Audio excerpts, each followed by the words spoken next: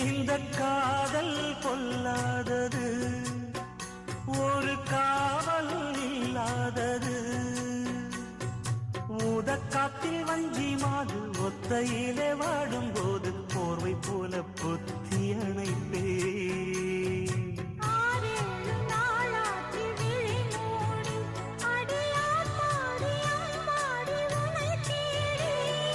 நீதானே மானே என் இளஞ்சோடி, உனை நீங்காது என்றும் என் உயிர் நாடி.